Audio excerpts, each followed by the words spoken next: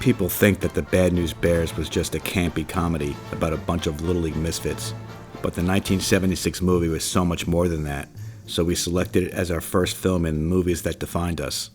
This story accurately depicted the rugged, unsupervised life of the 70s tough kid, who grew up in a world of violence and beauty, bullying and friendship, love and indifference. And just like at the end of the movie, in defeat, our generation won something immeasurable and profound. We all had a coach Buttermaker in our lives. Maybe he was a teacher, maybe he was your mailman. Glad you could make it, Buttermaker. I wouldn't miss it for the world. It was the poor slob with a good heart, the lovable loser. We have one of these every year. And we all knew a Cleveland, somebody whose mom could beat your ass because she grew up in the Bronx. What did you think you were doing, you little punk? You deaf that kid, I swear I'll deaf him. Well, how are the uniforms coming along? What? Walter Matthau, the perfect The Buttermaker. uniforms. Your team uniforms. Hey, Buttermaker, you better get on the ball. You better get on the ball. That was a big 70s and 80s expression. Green and white. It was a polite way of saying, get your head out of your ass. White and maroon. Uniforms? Uniforms? Poor Buttermaker. He goes through the movie with nobody even singing his name right. Look at yourself, Butterworth. Hey, Boilermaker. Butterworth. Hello, Roy. And sometimes the adults in our lives had a little bit too much to drink and would embellish a story or two. Score was tied, nothing to It was nothing. the top of the ninth. No, it was the No, bottom it was of the the bottom of ninth. the ninth. Bases Okay, were maybe more than a couple of drinks. loaded. There was old Ted coming up to the plate. This might conjure up a memory or two of having to babysit an uncle or maybe even a parent who had too much to drink. But it never traumatized us. In fact, we didn't even think about calling Dyfus because they weren't around back then. Alcoholism is no laughing matter. Besides, they were always contrite the next day, so we forgave them. I haven't been much of a manager, or much of anything else for that matter. But what resulted from the so-called inappropriate behavior was a life lesson for us all. I'm sorry. But this quitting thing, it's a hard habit to break once you start. How true is that about quitting? You're a damn good bunch of boys. Probably deserved a lot better than me. So we listened and we learned. Looks like we're stuck with each other. And in the end, we were grateful. The movie's most touching moment is between Buttermaker and a timid Timmy Lupus. Mr. Buttermaker, I don't know about you, but I want to win, so don't send me in. Listen, Lupus, you didn't come into this life just to sit around on a dugout bench, did you? Or get your ass out there and do the best you can. The world needs more Morris Buttermakers. Unfortunately, he'd probably never be allowed to coach children today.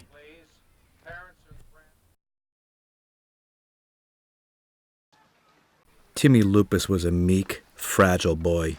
He was teased, taunted, humiliated. He was bullied by kids because of his appearance, coupled with his lack of athletic skills. He was tagged with the label, booger-eating moron. And a booger-eating moron. Lucas, could you go somewhere else while I'm eating? You make me sick. Going through life with snot dripping down your nose, it was easy to see how Timmy could become the target for bullies. Hey, Lucas, man, how's it going? Give it. What do you need it for? You hardly ever play anyway. Sit down. We was only kidding anyways. Did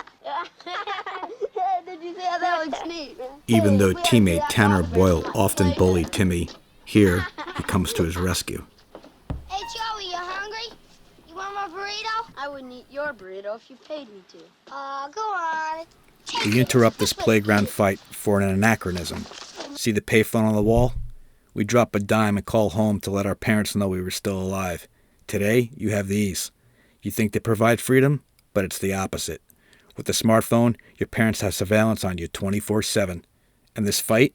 Today, 10 kids would pull out their phones and record it. Then everybody knows. When we got home with bloody noses, our parents would say, "Who the hell did you get in a fight with?" We'd lie and cover for the other kid, because he wasn't our real enemy. Our parents were, who wanted to restrict our freedom.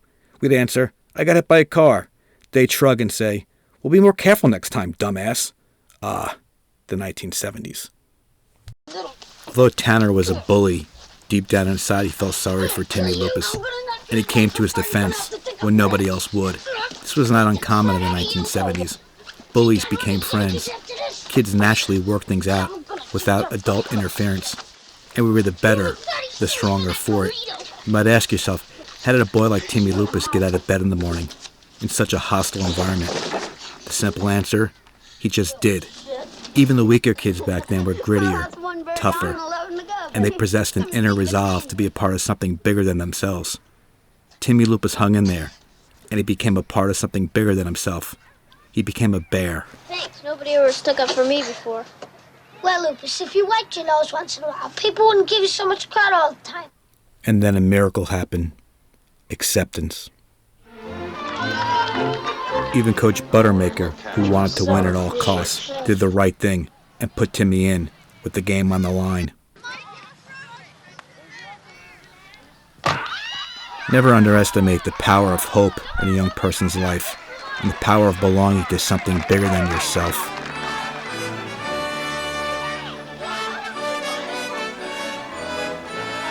The movie could have ended right there, for Timmy Lupus's catch over the right field fence was the championship moment for the Bears.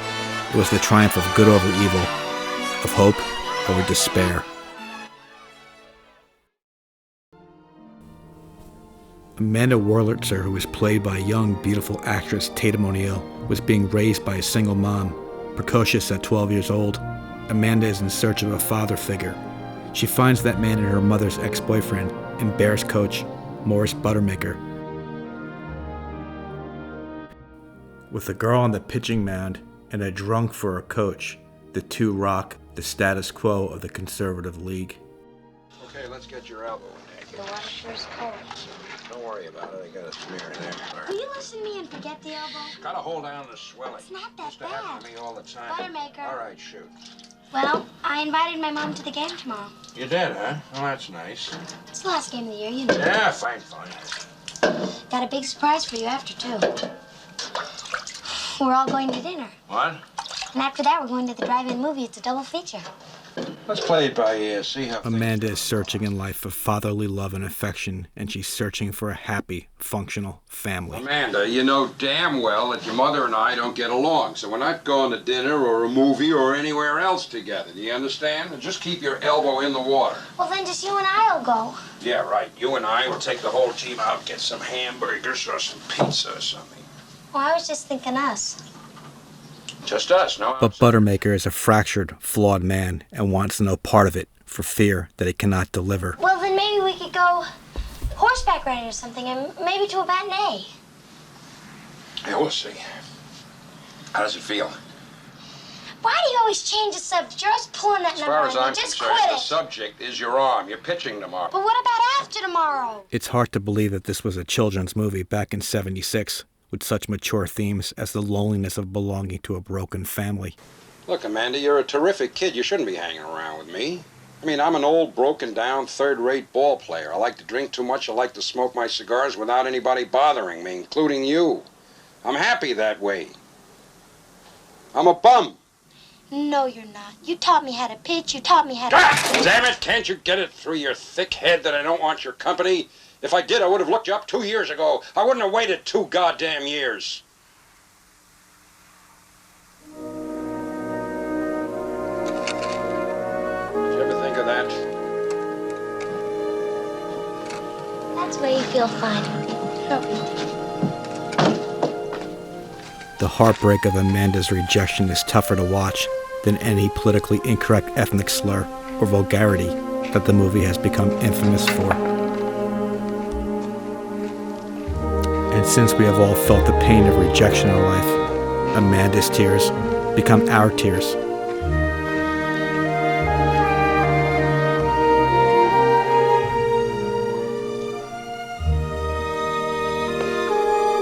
Childhood.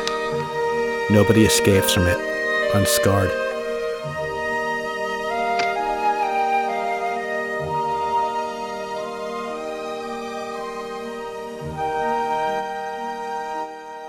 Okay, before my audience goes and kills itself from grief, I'd just like to remind everybody that this movie was considered a comedy. Yes, a comedy. But the greatness of the Bad News Bears was that it mixed in just enough sadness to make it real. And we got it. We understood that childhood may be a comedy, but it was also a tragic comedy. Here's a quote from Charlie Chaplin. To truly laugh, you must be able to take your pain and play with it. For most of my generation, not all, but most, we took our pain, the bullying, the rejection, the tears, and we now laugh about it. Well, the current crop of little leaguers feel the same way. The movie defined our 70s childhood in so many ways. The Bears are comprised of latchkey kids. Daycare and play dates. Make me laugh. Ha, ha, ha. Many of us were the products of broken homes, divorce. Even the stable families had fathers who were never around, always tied up at work. The character of Whitewood is a prime example. No, I really appreciate this. It's just a damn shame that none of the fathers had the time for it. God knows if I wasn't so busy down in City Hall. You got my check, Whitewood? And we didn't have helicopter parents ruining sports for kids because we had real men like Buttermaker to stand up to them. Helicopter parents are nothing but self-important bullies who pay property taxes.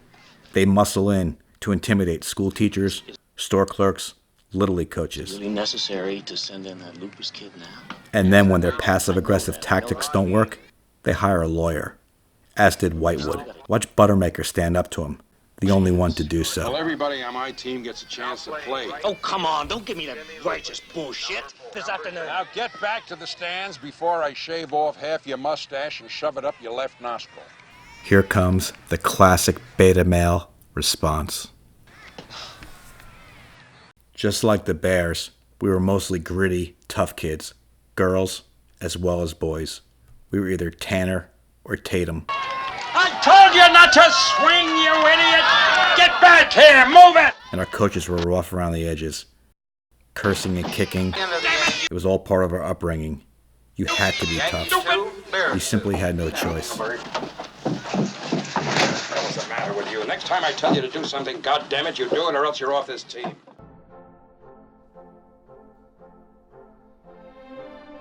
Another way the movie defined us, the adults were clearly in charge.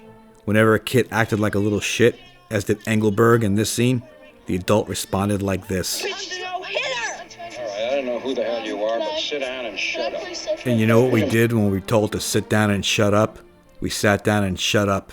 We didn't worry about our self-esteem being ruined. Uniform's too small. Shut up. And sometimes we were insulted. No, don't jump in, Engelberg. You'll flood the valley. Striker, Ted Williams. Here's Buttermaker driving in an overpacked car with 10 kids, not one of them in a seatbelt, and an open container of liquor in the glove compartment. Listen to what he says to Engelberg. You're not supposed to have open liquor in the car. It's against the law. So is murder, Engelberg. Now put that back before you get me into real trouble. Hey, y'all, man. Even Hank Aaron peels the old eyelids before he takes a swim. They use sarcasm to get their point across. Maybe I should try left hand. And they didn't care about our feelings. No, not just yet. Engelberg, get your gear on, get behind home plate. One thing I forgot to mention about our parents. What for? We need to practice. They allowed other adults to act on their behalf, so they got away with more. We disbanded the team. We took a vote. Your coach became your dad in his absence. God damn it! Nobody's vote counts around here but mine. Faces of fear or faces of respect. Get your gear on and get your fat ass behind a plate before I take it up there. The rest of you pansy-ass quitters, look And the rest of you pansy-ass quitters. your asses before I kick them all up there. Try doing this today. Enter the therapist and the lawyer. Position. We got a game with you. If I've given the impression that adults cursed, kicked, and yelled at us, and it was a one-way street, then I apologize. Now, guys, somebody's gonna pay for this windshield. The rough and tumble attitude went both I ways, think, Engelberg, it's gonna be your bob. and we gave as good as we got. Bullshit. Don't give me any of your hunky bullshit, Buttermaker. I know they were easy. Let's not bring race into this, man. We got enough problems as it is. But I guess I handled it badly, huh? You handled it like shit. Hey, don't use that kind of language. You can't tell me what kind of language All right. I'm an asshole. Go ahead and yell. Get it off your chests. I deserve it. Blow it out your bunghole.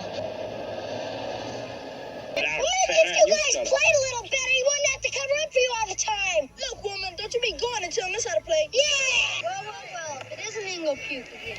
Shove it, Turner.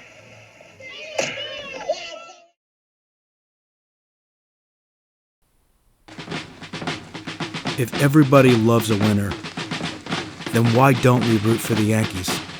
Instead, we fall in love with the dysfunctional team, the Bears, who curse, use ethnic slurs, and lose. Then why do we root for them? The answer is simple, because they're real, they're authentic, and speak to something deep inside of us on what childhood should be about, feeling alive and free. The children of the 1970s and 80s were the last unprotected generation, the last generation of survivors, before America went soft and accepted participation trophies in the place of true accomplishment. It is amazingly ironic that the second place trophy looks like today's participation trophy. This is your second place trophy. Congratulations. Thank you, sir. Thank My you, boys sir. would like to say something. Matthau. Boys? We just want to say, Am I the only one who hates this kid? hey, you guys played a good game. And we treated you pretty unfair. With his little sissy pose? We still don't think you're all that good a baseball team. You got guts. All of you. Consider the 2-4-6-8 chant, the origins of today's self-esteem movement. Kids hated chanting it because it was some vacuous, empty expression offered as consolation to the losers. So it's not coincidental that tough kid Tanner tells them what they can do with their apology. Hey, Yankees, you can take your apology out of your trophy and shove it straight up your ass. And another thing, just wait till next year. It's deliciously ironic that the once bullied Timmy Lupus is the courageous one who throws back the trophy at their feet. The movie ultimately defines who we were because it demonstrated how normal it was for a kid to be embarrassed, bullied, or even ignored. And while nobody wants that for their kid, it taught us how to deal with adversity and become more resilient. It taught us coping skills, the kind of thing you can't get from a pill. We learned that to survive in this world, you must stand up to your bully, overcome your fears, and no matter how painful it seems, to never, ever quit. If you like the content of our channel, please hit the like button and subscribe. And in the comment section below, let us know which movie you think defined our 1970s and 80s childhood, and tell us why. Thanks for watching.